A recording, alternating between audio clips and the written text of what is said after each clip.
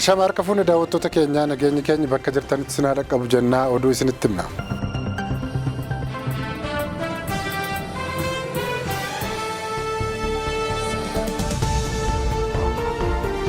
Lammiileen biyya kanaa kitila 2,300 qe'ee isaanii irra kan jirre ministeerichi mirkaneeffadheera jedheen. Yeroo ammaa kanatti namoonni qe'ee fi qabeenya isaanii irraa buqqa'anii biyyuma keessa jiran baay'inni isaanii kitila 2,300 akka ta'e ministeerri dhimmoota hawaasummaa fi dubartoota Itoophiyaa beeksise. Namoonni mana ofii irraa buqqa'an bakkoota adda addaa qubatanii jiraachuu kan mirkaneesse ministeerichi miidhaan hawaasummaa qorqalbii diinagdee isaan irra ga'uu ibseera. Sababni isaan qe'ee fi qabeenya isaanii dhiisanii baqataniif bifa kan uumamaa fi nam-tolchee qaba. Walwaraansaa lola sigiga lafaa fi jijjiirama haala qilleensaa akka sababaatti kan heeraman keessa jiru. Warra buqqa'an keessaa dubartoonni, daa'imman, manguddootaa fi qaama miidhamtoonni akka malee balaaf saaxilamaniiru. Isaan gargaaruuf koomishiniin qabinsa balaa wajjin qindoominaan hojjechaa jirra jedha ministeerichi. Meeshaalee kan qulqullinaaf oolan, uffata, waan dubartootaaf barbaadaman dabalatee akaakuu hedduutu isaan hanqata. Miidhama isaan irra ga'uuf hojii ittisaa hojjechaa jira kan jedhu ministeerichi rakkoo wayita mudatu qaamota dhimmisaa laallatu beeksisuun falli akka argamuu fi taasisaa jiraachuun ibsameera. Warri qe'ee irraa buqqa'an kan itti baay'atan naannoo Tigraay, Oromiyaa, Amaaraa fi Affaar akkasumas Beenishaangul Gumuz dabalatee kan qorqalbiin isaanii tuqameef leenjiin kennamaa jira. Isaanuma jidduutti aadaan wal damdamachiisuu fi wal gargaaruu akka jabaatuuf hojiin hojjetamaa akka jiru ministeerichatti ogeessi ittisaa fi eegumsaa miidhaa dubartoota irra ga'u obbo Zakkaariyaas Dassaaleentu beeksise.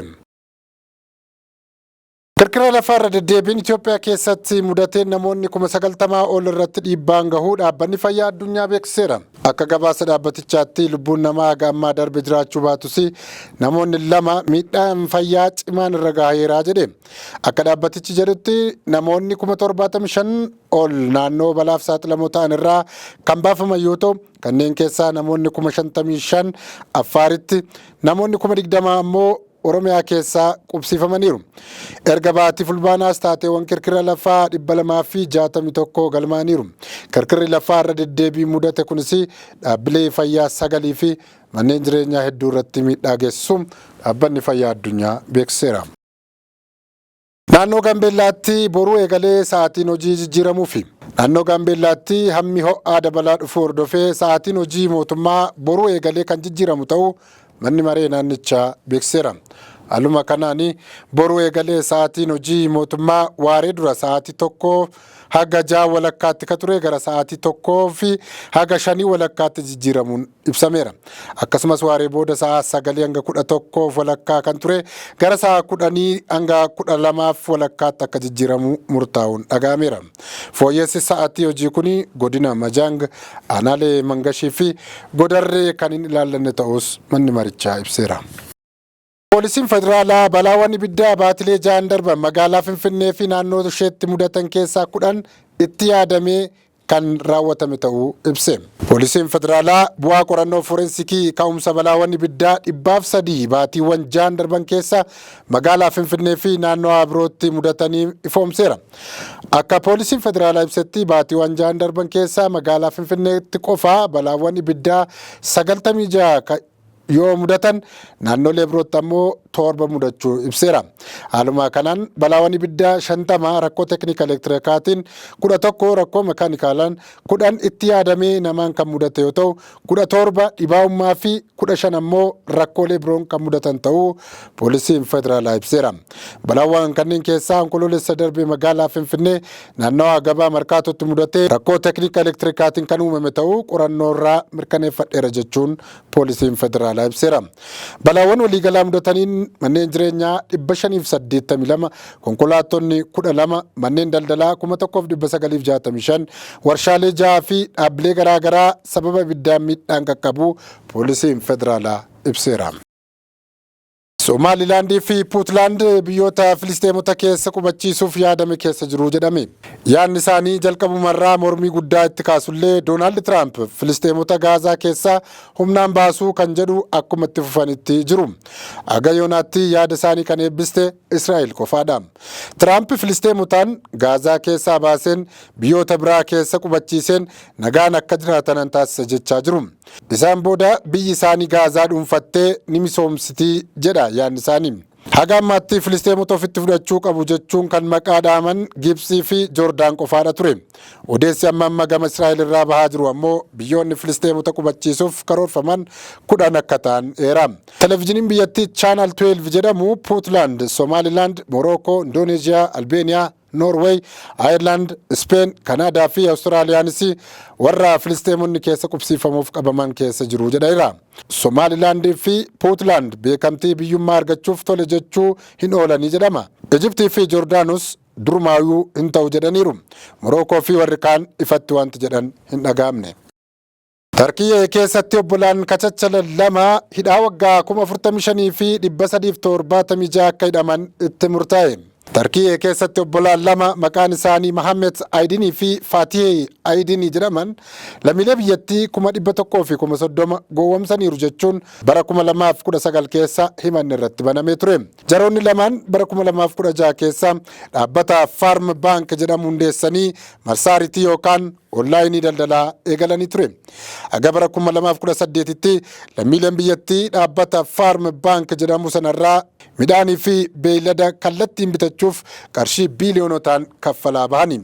Mohammed Aydiniin yookaan maqaan masootti waamamu Toosuun Kuuk waggaa 2 keessatti namoota 100,000 fi 30,000 irratti irraatii maallaqa biyyattii liiree biiliyoona 100 fi biiliyoona 31 walitti qabate.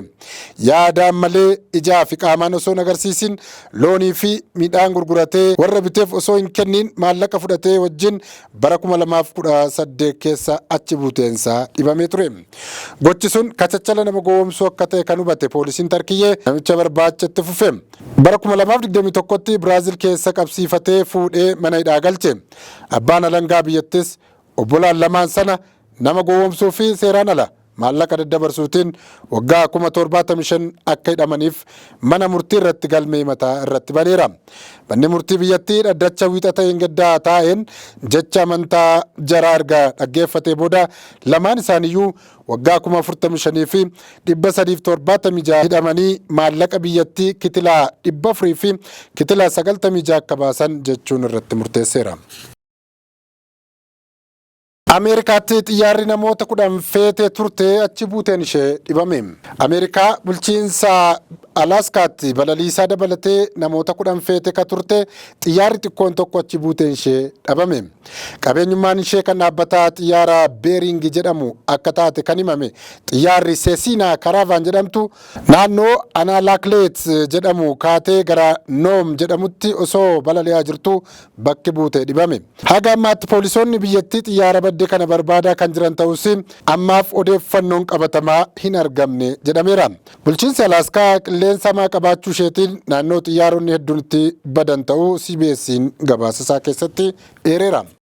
Pireezidaantiin Ameerikaa Doonaald Tiraamp mana murtii yakkaa idil addunyaa irra qoqqobbii kaa'e. Manni murtichaa ammoo kana balaaleffateera. Doonaald Tiraamp mana murtii yakkaa idil addunyaa Ameerikaa fi michuu keenya kataate Israa'el irratti xiyyeeffachuun hojii bu'uura hin qabnee fi seera qabeessa hin taane hojjeta jechuun qoqqobbii irra kaa'an. Ajajni Tiraamp mallatteessan namoota qorannoo mana murtii idil addunyaa lammiilee Ameerikaa fi michoota ishee irratti gaggeessuu deeggaranii fi maatii isaanii irra qoqqobbii maallaqaa fi viizaa kan kaa'udha. Pireezidaanti Tiraamp ajaja qoqqobbii sana mallatteessan wayita ministeerri muummee Israa'el Beniyaamin Netanyahuun Waashingiten daawwataa jiranittidha. Sadaasa darbe manni murtii yakkaa idil addunyaa yakki waraanaa Gaazaatti raawwatame jechuun Beniyaamin Netanyahu irratti ajaja hidhaa baasee ture. Akkasumas gaggeessaa Hamaas kan amma lubbuun hin jirre irrattis ajaji hidhaa bahee ture. Hamaasii fi Israa'el walqixxeessuu isaatiin waan qaanessaa hojjeteera jechuun mana murtichaa komataan Doonaald Tiraamp. Ajaja Tiraamp mallatteessu sun gocha fokkisaa kun kan mana murtii murtichaa hojjetu birmadummaa Ameerikaa yaaddoo keessa kagalchuu akkasumas hojii nageenya biyyaalessaa fi tarsiimoo dippiloomaasii mootummaan Ameerikaa hojjettuu fi Israa'el dabalatee kan michoota keenya yaaddoo keessa kan buusudha jechuun Doonaald Tiraamp himaniiru. Biyyoonni addunyaa 120 ta'an miseensa mana murtii idil addunyaa yoo ta'an Ameerikaa fi Israa'el garuu miseensa miti. Gama biraan ammoo manni murtii yakkaa idil addunyaa erga pireezidaantiin Ameerikaa Doonaald J. Tiraamp hojjettoota mana murtichaa irratti qoqqobbii kaa'uuf ajaja mallatteessanii booda mormii dhageessiseera. Ibsa dhaabbatichi baaseen ajaja pireezidaanti Tiraamp balaaleffateera. Hojii haqaa dalaguu akka itti fufus beeksiseera. Ajaji Tiraamp mallatteessan suni manni murtichaa bu'uura seera hin qabne jechuun qoqqobbii Doonaald Tiraamp kaa'e kanaaf kufaa taasiseera. Kabajamtoota daawwattoota keenyaa oduu guyyaa har'aaf jennee kanumaan goolabnaa turtii gaarii isiniin jenna.